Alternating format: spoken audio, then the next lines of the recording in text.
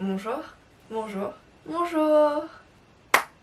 Aujourd'hui c'est ma première vidéo FAQ pour fêter les 20 000 abonnés. Ah, c'est la première fois que je fais une vidéo FAQ, donc je sais pas trop comment je vais faire ça. Mais bon, en tout cas j'ai reçu plein de vos questions à travers Instagram, la communauté YouTube, les commentaires des vidéos, etc. Et vous avez demandé plein de questions. Et j'ai tout marqué dans ce petit cahier. Et puis on va regarder un par un les questions et je vais essayer de répondre à beaucoup de vos questions, parce qu'il y en avait vraiment beaucoup, donc j'ai pas pu prendre toutes les questions. Mais j'ai regroupé par thème et j'espère que vos questions, que vous sauriez à la fin de cette vidéo plus sur moi. En tout cas, allons commencer la vidéo FAQ.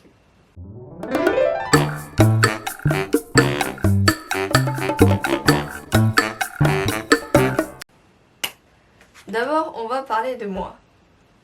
Alors, on m'a demandé quel âge as-tu? J'ai 16 ans en âge international, en âge français, et j'ai 18 ans en Corée. Je suis née le 22 août 2003 et je m'appelle Yeon Lee. De quelle nationalité es-tu? Je suis de nationalité coréenne, je suis née en Corée du Sud et mes deux parents sont bel et bien coréens de Corée du Sud. As-tu toujours vécu en Corée? J'ai toujours vécu en Corée, mais j'en parlerai un peu plus tard, je vais préciser ça. Pratiques-tu un instrument ou un sport? Alors je pratique le violon et le piano. Enfin je pratiquais parce que en ce moment je joue plus, je prends plus de cours mais j'en joue quand j'ai le temps. Et en sport, je vais à la salle de gym, mais je sais jouer au tennis et un peu d'équitation. Et je sais nager. Où fais-tu ton shopping? Alors, je fais mon shopping chez Bershka, c'est une marque que vous connaissez, chez Zara, chez Adidas et aussi chez Tutti, c'est une marque coréenne, elle est bien. Enfin, c'est un peu cher, mais c'est de meilleure qualité et c'est beau. Donc voilà. Alors, quel est ton groupe de K-pop préféré? Mon groupe de K-pop préféré c'est Seventeen. D'ailleurs, il y a un poster derrière, mais on voit que ses pieds, mais bon, c'est pas grave. Mais j'aime beaucoup aussi d'autres groupes comme N-Flying ou Blackpink ou Chanra ou enfin voilà. Mais en fait je dis Seventeen parce que c'est le groupe, enfin, c'est un peu le premier groupe de K-pop que j'ai vraiment aimé, donc voilà. Quel est ton plat français préféré? Alors mon plat français préféré c'est la quiche Lorraine. Maintenant on va passer à YouTube. Alors en fait il n'y a qu'une seule question. Vous m'avez tous demandé pourquoi as-tu commencé YouTube. Alors pourquoi est-ce que j'ai commencé YouTube? Il y a plusieurs raisons. En fait, l'élément déclencheur ça a été ma mère. Ma mère, je ne sais pas si vous savez, mais si vous m'avez vu pendant longtemps, depuis le début de toutes mes vidéos, vous devez sûrement savoir que je suis vraiment quelqu'un qui reste à la maison, qui ne sort presque jamais de chez soi et qui ne fait absolument rien à part regarder des webtoons et regarder des dramas allongés dans son lit. Et ma mère, elle n'aimait pas ça, elle voulait que je fasse quelque chose de productif. Et c'était le moment où il y avait plein de youtubeurs et elle voyait plein de youtubeurs à la télé. Et donc elle a vu ça, elle a dit Yeon, commence une chaîne YouTube et fais un truc productif. Elle dit non mais maman, YouTube, tu penses que c'est tout le monde peut faire ça? Ah non mais YouTube c'est tout un travail. Elle dit non. Elle m'a dit ça depuis déjà 3 ans. Elle m'a dit fais une chaîne YouTube. Je crois qu'elle a commencé ça depuis que j'étais en 4ème, 3ème. Donc elle m'a dit ça, je dis non. Mais c'est en première que j'ai commencé à faire ma chaîne YouTube. D'abord il y avait ma mère, mais il y a aussi en fait je me suis rendu compte que je parlais pas du tout français à part à l'école. Donc ça faisait genre que 10% de ma vie réelle en fait. À part les 10% où je passe à l'école, les autres, les vacances à la maison dans ma tête, en fait je parlais tout le temps coréen. Et donc je commençais à un peu oublier le français, même si j'utilisais ça à l'école, dans mes copies et tout. J'avais pas l'habitude de parler en français, donc ça me venait pas spontanément comme ça. Donc je me suis dit que ça serait bien que je puisse parler français. Et donc il y avait aussi ma mère qui n'arrêtait pas de dire de faire une chaîne YouTube. Alors on s'est dit, alors pourquoi pas faire une chaîne YouTube où je parlais français. Mais il fallait que je fasse aussi du contenu. Et donc je me suis dit, dans ce cas-là, je parlerai en français, mais d'un sujet que moi je connais bien, qui est mon pays, la Corée du Sud.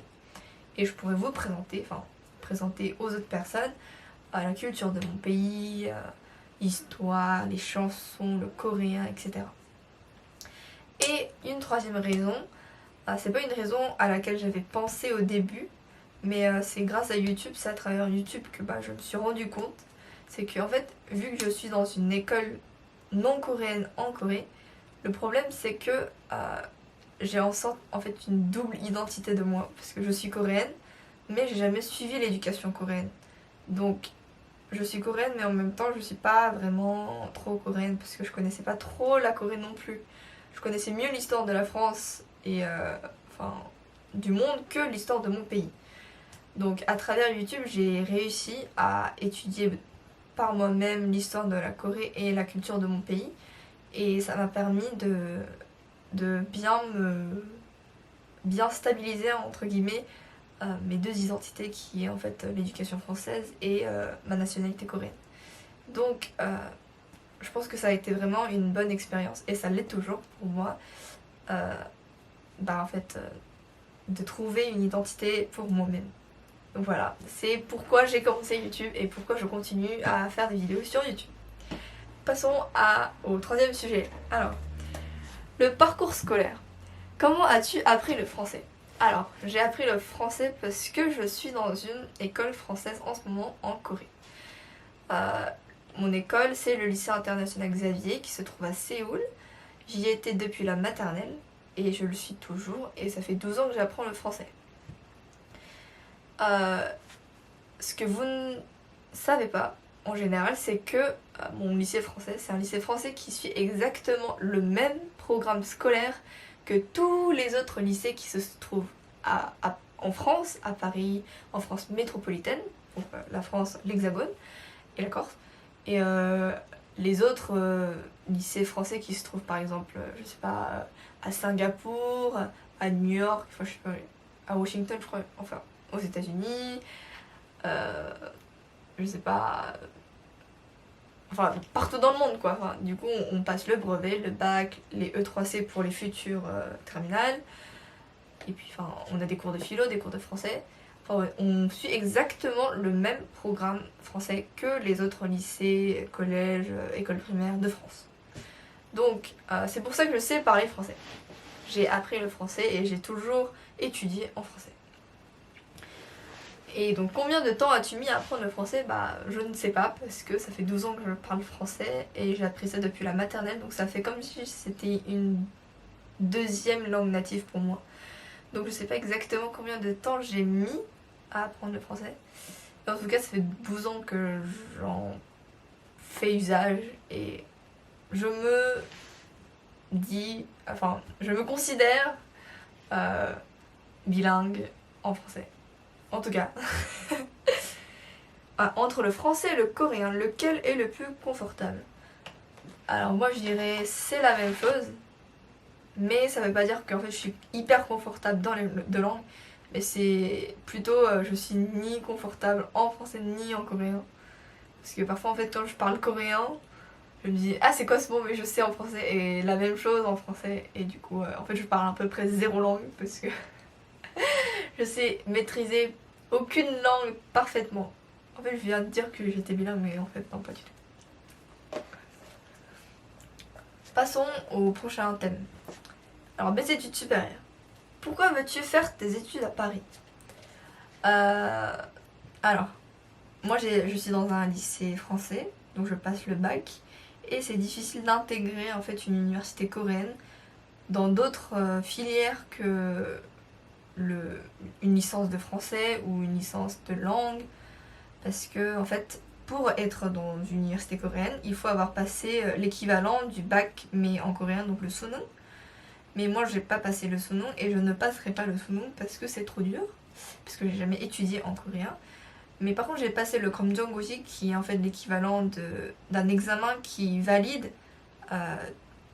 les années scolaires. Donc en fait c'est une sorte d'attestation qui prouve que j'ai été à l'école primaire, au collège et au lycée. Et donc j'ai passé ces examens, mais par contre je ne passerai pas le Suneung parce que je n'ai pas les capacités. Et avec le Komjong aussi, et le bac et les autres attestations comme le DALF ou le TOEFL, je peux postuler, mais en fait j'ai vraiment aucune chance pour par exemple des licences de droit ou des licences de physique, de maths ou des licences de relations internationales. Vraiment j'ai vraiment aucune chance quoi. Enfin, je peux, mais je serais jamais prise quoi. Les seules licences dans lesquelles j'ai des chances d'être prise, c'est des licences de français, de littérature française, de culture française, des trucs comme ça, où j'ai forcément aucun intérêt.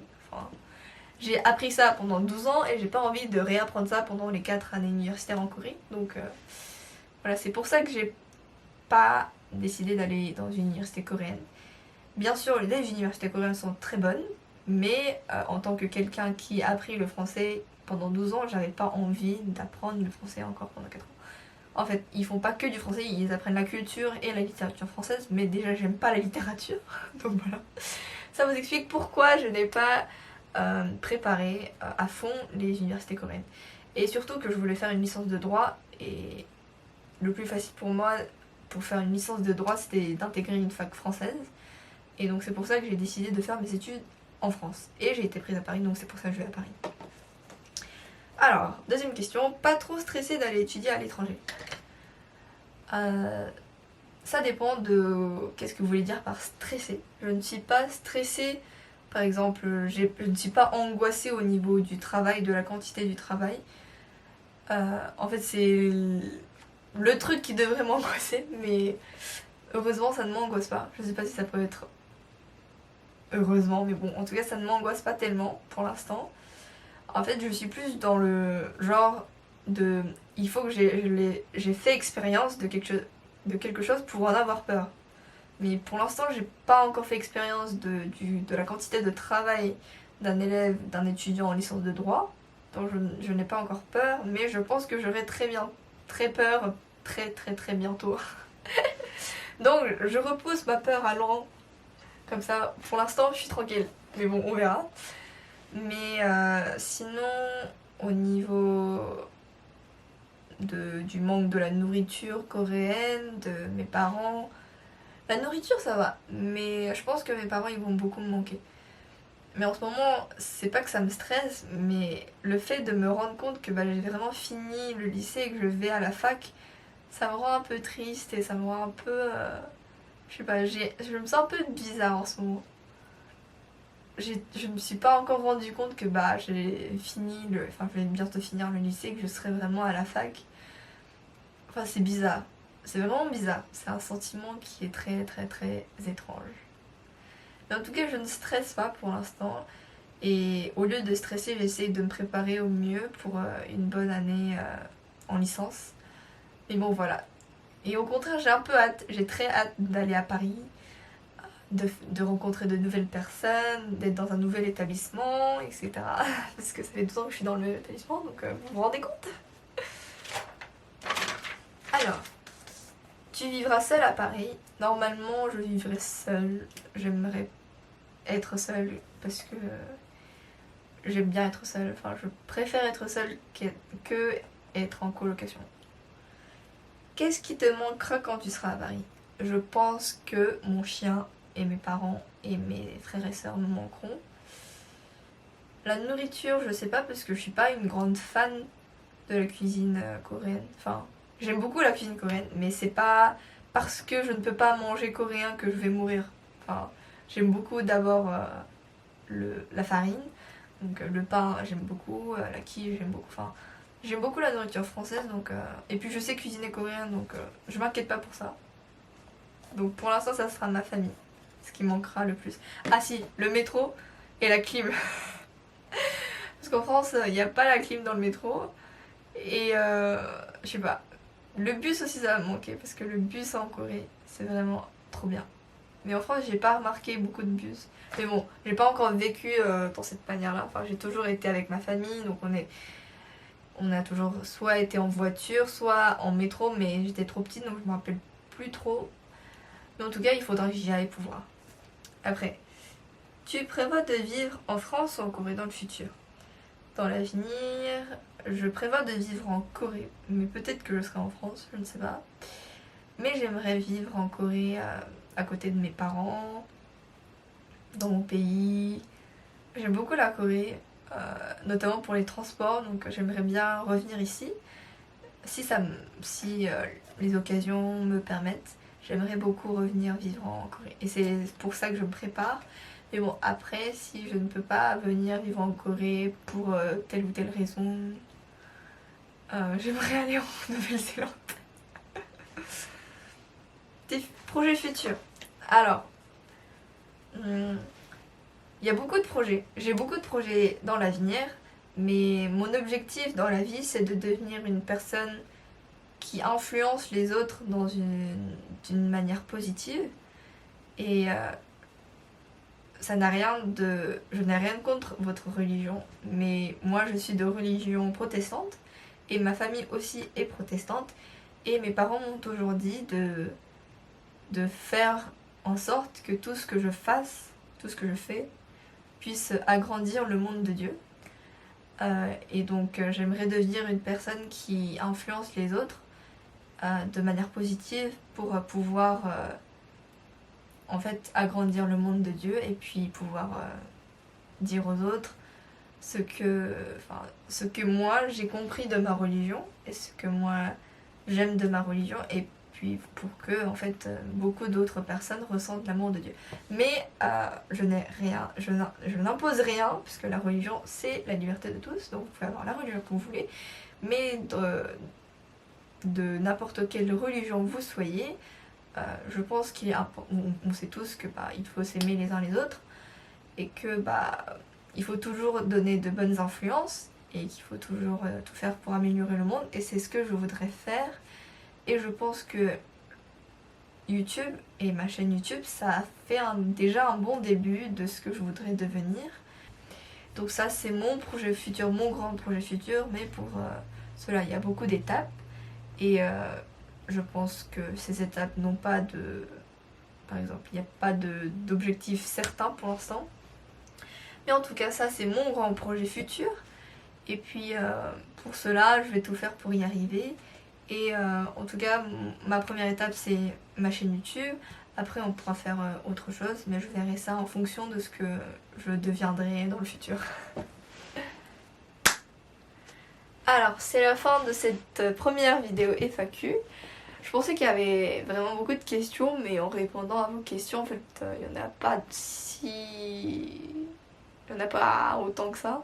Enfin, je sais pas, parce que j'ai bien parlé, mais en montant la vidéo, on verra. J'espère que ça va pas me prendre beaucoup de temps. Mais en tout cas, j'espère que à travers cette vidéo, vous me connaissez un peu mieux et que j'ai pu répondre à beaucoup de vos questions et qu'on ait pu devenir un petit peu plus proche. Et une toute petite nouvelle, ou une grande nouvelle, je sais pas, mais il y a aussi beaucoup de gens qui m'ont demandé « Ah Yeun, pourquoi tu fais pas de surnom de tes abonnés ?» Et j'ai bien réfléchi, et moi aussi j'avais pensé, mais j'avais pas du tout d'idée pour un petit surnom pour mes abonnés. Mais pour fêter les 20 000, je me suis dit oui, pourquoi pas. Et j'ai pensé à Macaron, mais je sais pas si ça va vous plaire.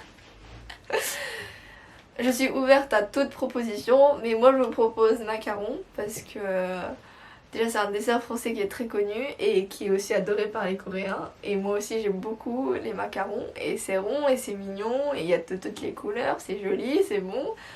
Et donc j'ai trouvé que ça serait bien, c'est mignon. Mais après si vous n'aimez pas les macarons, vous me dites hein, et après vous me proposez d'autres prénoms. Mais en tout cas pour l'instant j'ai décidé de vous appeler tous mes macarons. Ah mais quand je pense à... En fait il y a plein de professeurs dans mon lycée qui regardent mes vidéos, mais du coup ils vont se dire « Hey Yeun, je suis un macaron !» Mais... Ah, C'est la catastrophe. Mais bon, en tout cas, j'ai pensé à macaron. Mais si ça vous plaît pas, vous me dites dans les commentaires. Et si ça vous plaît, bah vous... Alors bah voilà. Donc j'espère que vous avez bien aimé cette première vidéo FAQ. Et on se donne rendez-vous pour une prochaine vidéo. Et donc, au revoir.